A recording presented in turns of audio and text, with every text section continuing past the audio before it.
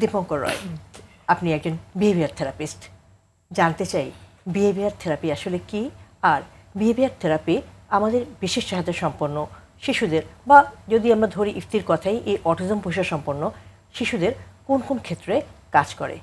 আচ্ছা, বিহেভিয়ার থেরাপিস্টরা মূলত একজন ইন্ডিভিজুয়াল বা এক ব্যক্তি হতে পারে, একটা শিশু হতে পারে, তার যে একটা লাইফ লং লার্নিংটাকে কিভাবে ডেভেলপ করা যায় সেক্ষেত্রে হতে পারে তার কমিউনিকেশন, হতে পারে তার লার্নিং স্কিল, একাডেমিক স্কিল, তার ডেইলি লিভিং স্কিল হতে পারে। তো এই স্কিলগুলো দেখা গেল যখন সে আর অর্জন করতে যায়, ডেভেলপ করতে যায়, তার বিভিন্ন ধরনের চ্যালেঞ্জিং বিহেভিয়ার থাকে।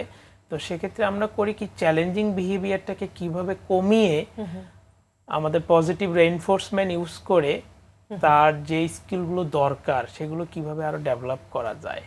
তো আমরা চাই না যে বিহেভিয়ারটাকে কন্ট্রোল করতে, আমরা চাই বিহেভিয়ার সাপোর্ট করে কিভাবে তার ভালো যেসব স্কিল, তার যেটা জীবনের জন্য প্রয়োজন, লাইফ স্কিলগুলোকে কিভাবে আরো ডেভেলপ করা যায়, যেটা তার জীবনটাকে আরো সহজ করতে একটু কাজ করবে। সেই কাজটাই মূলত বিহেভিয়ার থেরাপিস্টরা করে থাকেন।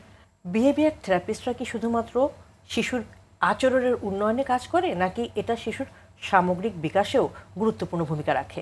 এই বিষয়টা নিয়ে একটু আমরা বিভিন্ন ধরনের চ্যালেঞ্জিং মুখোমুখি হই যে আসলে শুধু বিহেভিয়ার থেরাপি যথেষ্ট কি না, বা বিহেভিয়ার থেরাপি আসলে কিভাবে কাজ করে।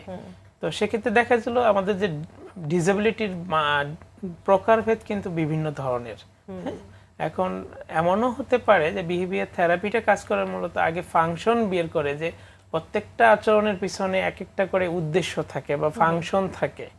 তো এই ফাংশনটা যদি আসলে তার মেডিকেল কোনো ইস্যুস থাকে, তো সেক্ষেত্রে সব থেকে বেশি প্রায়োরিটি দেওয়া হয় যে তার সেটাকে আগে সমাধান করা মেডিকেল মাধ্যমে বা চিকিৎসার মাধ্যমে। তো এরপরে সেখানে আমরা বিহেভিয়ার থেরাপিস্টরা কাজ করতে পারবো তার সামগ্রিক জীবনমান উন্নয়নের জন্য যা যা করার দরকার, বিহেভিয়ার থেরাপিস্টরা মূলত সেই কাজটাই করে থাকেন।